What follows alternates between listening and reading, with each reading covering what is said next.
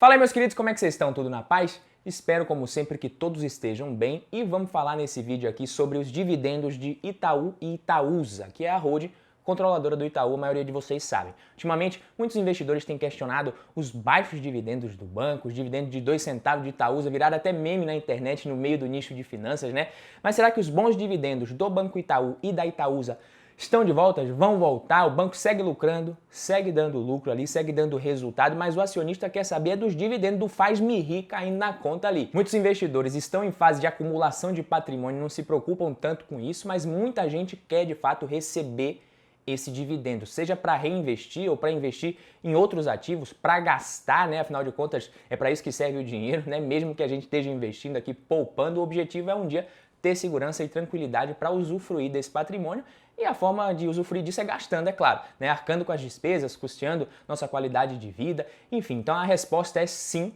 Os dividendos vão voltar, isso pode acontecer mais rápido do que a gente imagina. Mas vamos lá, é preciso entender alguns pontos aqui para não acabar confundindo as coisas com relação aos resultados e à própria remuneração do acionista, para não acabar chegando em conclusões precipitadas e equivocadas. Beleza? Muito importante. Se você quiser entender absolutamente tudo o que você precisa para compreender essa questão dos dividendos do Itaú, da Itaúsa e até dos demais bancos, é justamente isso que eu vou explicar detalhadamente aqui nesse vídeo. Por isso, veja até o final, que tudo que eu vou falar é muito importante, principalmente se você é iniciante e está começando agora nesse mundo. Eu sou Badu Vieira, especialista em investimentos, certificado para mais um vídeo aqui do Valor em Ação. Eu já vou te convidando também para deixar o like nesse vídeo se você gostar do conteúdo e se inscrever aqui no canal para receber as notificações sempre que sair vídeo novo, praticamente todo dia tá saindo. Lembrando que esse vídeo aqui não é uma recomendação de investimentos, beleza? O objetivo do canal não é fazer recomendação de compra nem de venda, nada disso.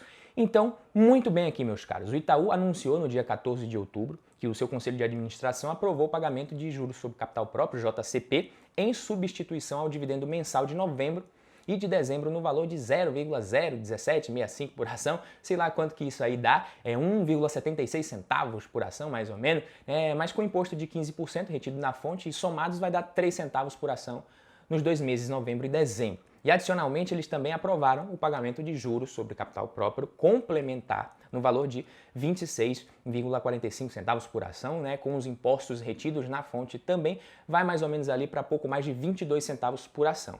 Isso tendo como base a posição acionária no final do dia 19 de novembro. A partir do dia 22, as ações passam a ser negociadas ex-dividendos, ou seja, quem comprar depois não recebe. Isso com certeza é pouco perto do histórico do Itaú dos últimos anos de distribuição. Com esse dividendo a Itaúsa certamente vai pagar muito pouco por ação também, mas o que a gente precisa entender é o seguinte: se o seu foco é no longo prazo, você não precisa olhar somente para esses dividendos. E o que eu quero dizer, O que você faria se o banco estivesse distribuindo os dividendos na mesma proporção de sempre? Você reinvestiria nas mesmas ações? Compraria mais ações do Itaú, por exemplo? Se for isso, nada praticamente muda para você. Se você já precisa desses dividendos para pagar suas contas, se você já tem uma carteira de ações focada em renda passiva e já precisa dessa renda para complementar a sua, aí talvez seja um problema, mas nesse caso é interessante talvez você investir diretamente do banco, nem ter ações da holding e tal. Na holding você tem duas camadas de decisão, duas empresas que podem decidir alocar o capital de forma diferente, política de dividendos diferente, e você fica dependendo sempre de ambas optarem por distribuir boa parte dos lucros, fica sujeito à política das duas empresas. No meu caso, eu quero mais é que essas duas empresas reinvistam, caso encontrem alguma oportunidade. Então, se você precisa dos dividendos, realmente isso é ruim para você, mas tem que analisar também porque apenas o Itaú não deveria pesar tanto no seu total de dividendos. O ideal é buscar uma carteira diversificada para isso. Agora, se você gostaria de pegar esses dividendos maiores e reinvestir em outra empresa, porque você não considera o Itaú interessante no momento e nem no longo prazo, é preciso analisar também outros fatores para não sair simplesmente condenando o Itaú e a Itaúsa como se fossem ruins, empresas malvadas, como eu vi muita gente reclamando na internet, falando: as famílias controladoras estão ficando com o lucro do Itaú só para eles, pagando migalhas de centavos para o minoritário, Banco do Brasil é melhor, Bradesco é melhor, Santander é melhor. Enfim, na verdade não é bem assim. Tá todo mundo recebendo o mesmo percentual de lucro, não importa se você tem 10 ações do banco, se você tem 100 ações do banco ou se você é a Itaúsa, que tem boa parte do Itaú na sua carteira, os dividendos são pagos na mesma proporção. Tanto que a Itaúsa está recebendo menos e pagando menos dividendos também. E muitos dos acionistas têm tido o mesmo descontentamento e questionamento dos acionistas do Itaú. Então esse papo de que as famílias dos donos estão ficando com tudo para eles fica né, meio feio, para com isso, né? Não fala isso não. Né? Eu já vi gente falando que a empresa ia sumir com dinheiro que ela não está distribuindo. Gente, vamos parar de viajar na maionese também. O que você tem que olhar é para o lucro da companhia. Olha para essas duas métricas, o lucro e o payout, que fica bem mais fácil para você analisar com mais clareza a situação e até comparar com outros bancos. O que remunera o acionista é o lucro da empresa. Os dividendos são uma das formas de o acionista ser remunerado, mas o que ele possui de fato é uma parcela do capital social da empresa. O Itaú lucrou em 2019 aproximadamente 28 bilhões de reais, com um ROI acima de 20%, foi um resultado recorde para o banco. Em 2020, com a pandemia, o que a gente teve foi que o lucro caiu muito, lá para casa dos 18 bilhões, e o ROI do banco também sofreu muito por conta do aumento das provisões para enfrentar a crise e alguns outros fatores. E além disso, né, o banco, assim como todos os outros bancos, foi obrigado a reduzir a distribuição de lucros para abaixo de 25% ali, os dividendos mínimos. O dividend yield foi para pouco mais de 4% e o de 2021 deve vir abaixo disso daí. Mas olhando para os lucros da empresa e para o payout, o que a gente percebe é que em 2021 o lucro já é de cerca de 13 bilhões, o ROI já vem se recuperando muito, também vem acima dos 19%, o payout, que é um percentual de lucros que a empresa distribui para o acionista também, está baixo ainda, abaixo da média, o payout foi de menos de 25% em 2020, como eu disse, o banco distribuiu somente 4,5 bilhões em dividendos, o mesmo patamar de 2012, nesse momento o payout ainda está abaixo de 50%, sendo que a média do banco nos últimos anos é de 61%, mas o banco segue lucrando, né, e esse lucro não vai evaporar. Em 2021, até o momento, o lucro já é de mais de 13 bilhões, como eu falei, e vai passar com tranquilidade o lucro de 2020, com certeza. É o lucro que importa no final das contas, a empresa pode usar o lucro para diferentes fins, a companhia pode pagar dividendos, é claro, né, a forma mais trivial, ela pode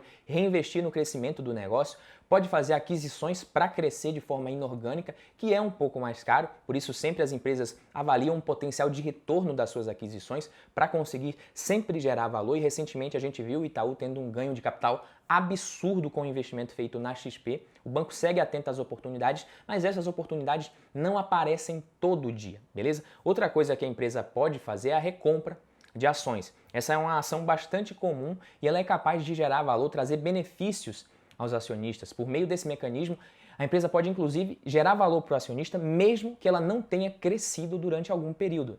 Por exemplo, se a empresa recomprar e depois ela decidir cancelar as ações, essas ações elas deixariam de existir e o capital da companhia passaria a ser composto apenas das ações que restarem de quem não vendeu, é claro. A recompra faz com que haja um aumento da participação relativa na empresa para os acionistas, ou seja, as ações representam agora uma parcela maior do capital social e tendem também a subir de preço. Vale destacar que nem sempre a recompra, né, gera valor. No caso da companhia pagar muito caro nas ações, não vale muito a pena, ela tem que pagar, né, barato. Mas voltando aqui, né, outra coisa que a empresa pode fazer é pagar as dívidas. Muitas vezes as organizações optam por fazer isso aí, amortizar o principal dos passivos onerosos, desalavancar. Não é o caso do Itaú. E outra coisa que a empresa pode fazer é reter esse lucro, que vai para uma conta chamada de reservas de lucros no balanço, que faz parte do patrimônio líquido e por isso é capital dos sócios. E a companhia pode lá na frente usar essa reserva para objetivos diferentes. Inclusive nesses casos a gente vê o aumento do patrimônio líquido das empresas. Perceba que todas essas formas aqui, o lucro é do acionista. Então o que remunera o acionista é de fato o lucro da empresa, independente de ser distribuído ou não na forma de dividendos. Tanto que o ROI é um indicador que mede o retorno do ponto de vista do acionista. Ele é calculado dividindo o lucro líquido pelo patrimônio líquido e não dividindo os dividendos pelo patrimônio líquido, perfeito? O que o Itaú tem feito é reter os lucros, sim, mas eles estão lá, diferente do que muita gente pensa. Se o banco optar por não distribuir esse lucro na forma de dividendos hoje, isso não vai sumir, pelo amor de Deus, isso fica lá no balanço. Ele pode até distribuir um montante maior futuramente, caso as provisões ali que ele fez, né, a inadimplência não venha tão forte, tão grande como ele imaginava. E outra coisa que eu vi pouca gente comentando é que essa cisão entre Itaú e XP provavelmente já estava no radar do banco, o banco já sabia que ia fazer isso. Isso pode ter sido uma das razões do Itaú distribuir menos. Afinal, quem é acionista recebeu um percentual em BDRs da XP e pode muito bem vender isso daí. E não me entendam mal, tá bom? Eu não estou falando que é a mesma coisa dos dividendos, tá? Tratar BDR da XP como dividendos não é 100% correto, mas não deixa de fazer sentido, né, desde que você queira vender esses BDRs. Né? Seria como se o Itaú tivesse optado por fazer isso e distribuir o valor na forma de dividendos. Claro que o valor foi descontado do preço da ação, isso é óbvio, as ações do Itaú caíram de R$ 29,67 para R$ 24,34 nesse evento aí.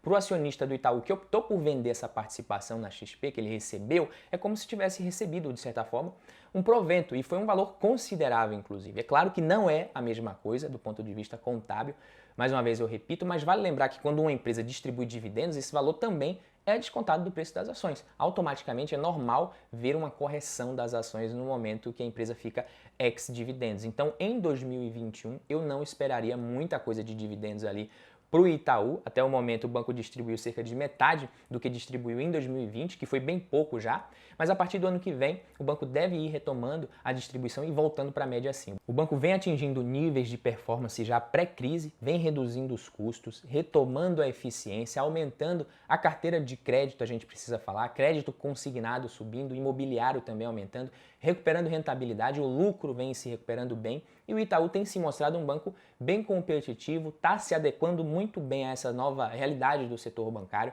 Na minha opinião, é dos 4 grandes ali, o banco que está mais preparado para se adaptar a essa nova realidade do setor bancário, do nosso país aqui que a gente está vivendo, a disrupção. Eu gosto do banco, sigo acionista através de Itaúsa, nem passa pela minha cabeça me desfazer das ações, cotação simplesmente não quer dizer muita coisa, ainda mais no curtíssimo prazo. Eu confesso que no momento eu vejo outros bancos bem descontados também, mais descontados, que oferecem talvez mais margem de segurança, como o próprio Banco do Brasil, que eu sempre falo aqui nos outros vídeos, que deve pagar bons dividendos já em 2021 e mais ainda em 2022, porque está muito descontado, mas nem por isso eu venderia as ações da Itaúsa ou do Itaú para trocar, buscar outras opções, somente porque as cotações estão de lado ou o payout está reduzido. Inclusive, mesmo que o Itaú aumente a distribuição e a Itaúsa, por exemplo, opte por segurar um pouco os dividendos por conta de oportunidades de alocação de capital, para mim isso seria ainda mais interessante, porque eu prefiro aí que a empresa reinvista. Algumas vezes investir nas companhias com os maiores dividend yields da Bolsa de Valores,